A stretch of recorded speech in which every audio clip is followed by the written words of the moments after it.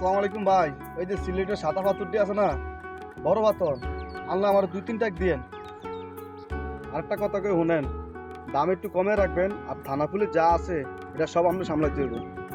সুদীপ, তুমি এগুলো কি করতেছ? সিলেটের এই সাদা পাথর এগুলো দেশের সম্পদ। এটি তোলা মানে আইন ভাঙ্গা না, দেশের ধ্বংস করে দেওয়া। আরে রশিদ ভাই, আপনি তো বই পড়ার মানুষ, এর লেগে এসব কইতেছেন। এখন দুনিয়ার টাকা থাকলে সব কিছুই সম্ভব। বড় বড় ব্যবসায়িকেরা, বড় বড় নেতারা সিলেটের সাদা পাথরের অবৈধ ব্যবসা করতেছে। আমি করলে দোষ কি? শোনো সুদীপ, অন্যায় দেখা অগলে যদি কয় অগলে করতাছে, আমিও করুম, সমাজ ঠিক থাকতো না, রাষ্ট্র ঠিক থাকতো না। নদীর থেকে এই পাথর তুললে নদী ভাঙবো, গ্রাম ডুববো, ফসলের জমি ডুববে যাইব। ভাবো তো একটু, কাল যদি তোমার গ্রাম ডুববে যায়, তোমার সন্তানেরা এই বন্যার শিকার হয়, এই ধ্বংসের শিকার হয়, তাহলে তোমার কাছে কিরম লাগবো? ভাই, আমি এত কিছু আগে ভাবি নাই। মনে রাখো, অবৈধ টিয়া কোনোদিন শান্তি দেয় না।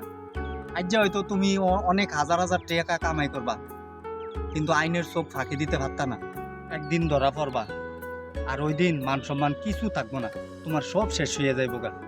আর সৎ পথ উপার্জন করলে যদি টিয়া তোমার কমও হয়, ওইটা হালাল, ওইটার মধ্যে বরকত থাকবো, সমাজে মাথা উঁচু কইরা চলতে পারবা।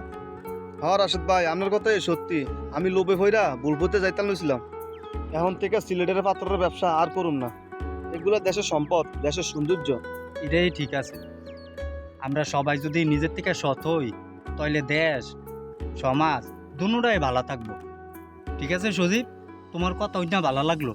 আসলে তুমি মানুষ খারাপ না, হয়তো মানুষের ফান্দে পইরা এই বেশি টিয়া দেখা লোভ পইরা গেছো। ঠিক আছে, এখন থেকে একটা ভালো ব্যবসা বাণিজ্য করো, তোমার গ্রামও ভালো থাকবো, মানুষও তোমার ভালো করবো। তাহলে আমি যাই, আল্লাহ হাফেজ, আসসালামু আলাইকুম রহমতুল্লাহ। বৈধ সম্পদ বা অন্যায়ের পথে হাঁটা কখনোই স্থায়ী সুখ দেয় না। দেশের সম্পদ দেশের, এগুলো নষ্ট করলে প্রকৃতি ধ্বংস হয়, সমাজ ক্ষতিগ্রস্ত হয়। আইন মেনে সৎ পথে চললে হয়তো অর্থ কম হবে, কিন্তু থাকবে শান্তি, সম্মান আর ভবিষ্যৎ প্রজন্মের নিরাপত্তা। ভিডিওটি ভালো লাগলে একটি লাইক, শেয়ার, কমেন্টস করবেন।